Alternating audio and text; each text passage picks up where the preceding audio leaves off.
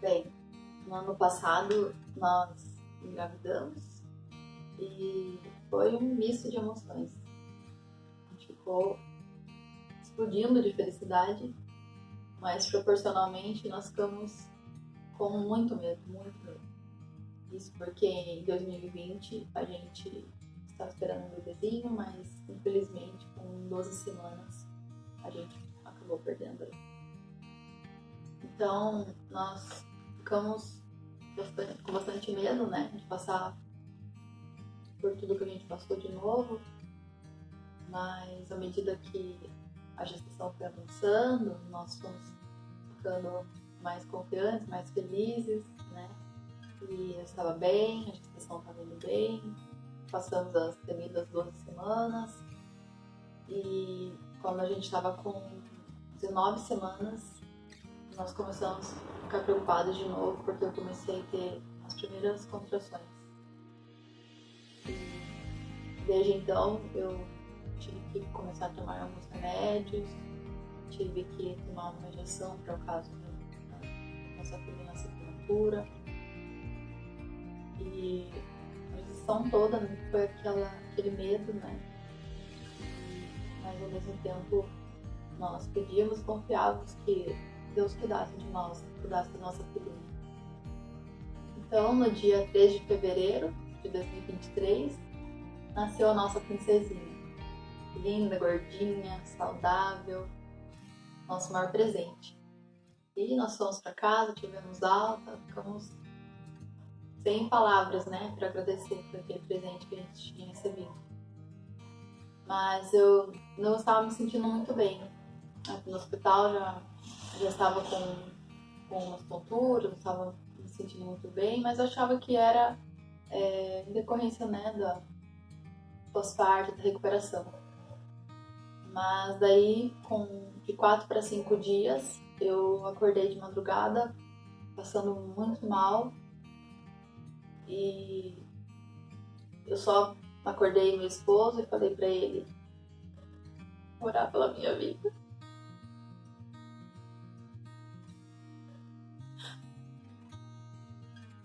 E ele orou e a gente correu pro hospital.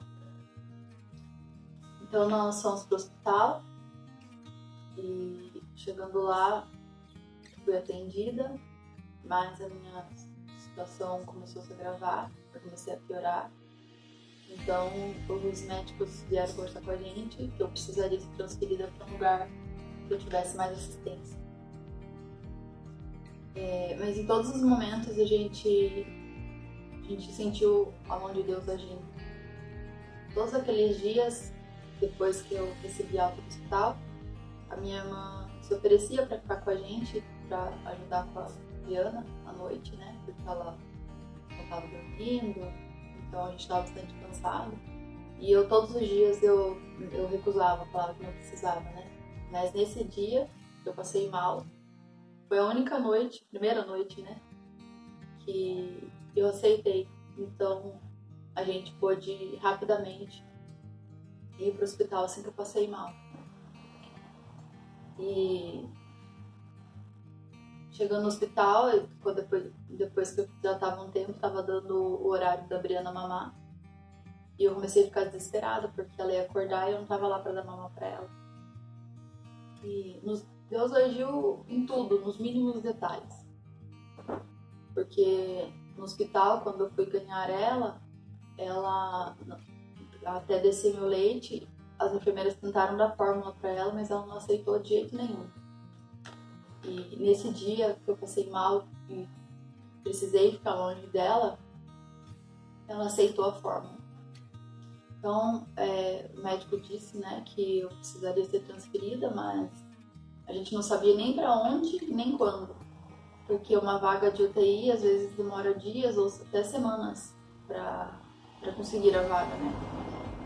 E então ele não podia mais ficar comigo no hospital. Ele veio para casa, mas mais uma vez a gente viu Deus agindo, né? Porque ele chegou em casa, foi o tempo dele tomar um banho e já ligaram do hospital falando que tinha saído uma vaga para eu ser transferida para Itapeva. Então meio-dia eu já estava chegando em Itapeva com a transferência, foi uma transferência que saiu muito rápido. À medida que o tempo foi passando, que eu cheguei em Itapeva, eu fui assimilando a gravidade da minha situação. Eu estava com os olhos fechados, mas eu conseguia escutar o que as pessoas falavam à minha volta. E as pessoas que estavam cuidando de mim falavam: nossa, tão nova, né? Com um filho tão pequeno. E meu coração ficava angustiado. E pensar que poderia acontecer comigo.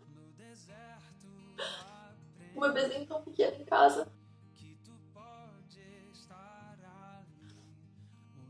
Eles não conseguiam achar minhas veias, não conseguiam tirar o sangue da minha veia.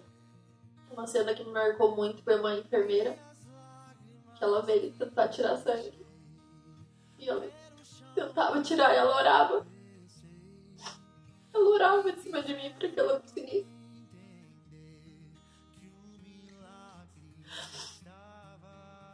Eu fiquei alguns dias na UTI.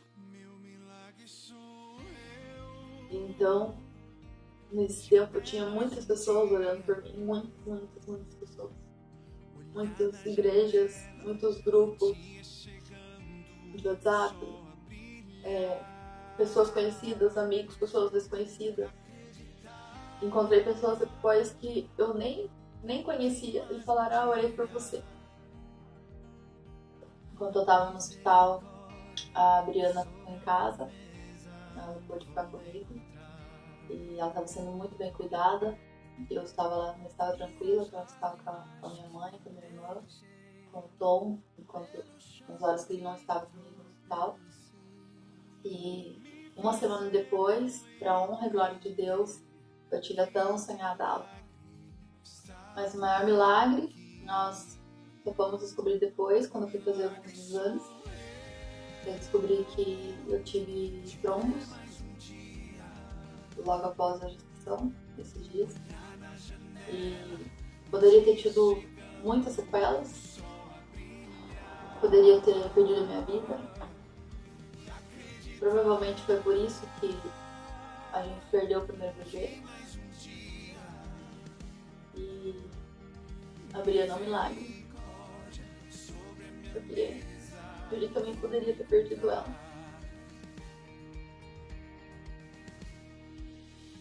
Mas Deus tinha um propósito na nossa vida, tem um propósito na nossa vida. E eu prometi lá no hospital que enquanto eu vivesse, eu ia tentar o meu testemunho do que Deus fez na minha vida e o milagre que Ele fez na vida da Briana. E hoje a gente tá aqui com a nossa família.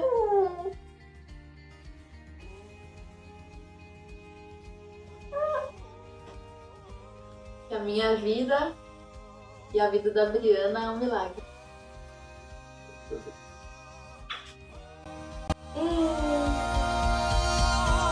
Meu milagre sou eu. Te der mais um dia.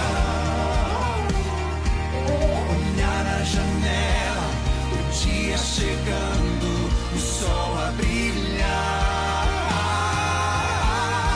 E acreditar que em mais um dia misericórdia sobre a minha mesa vou encontrar. Misericórdia sobre a minha mesa vou encontrar.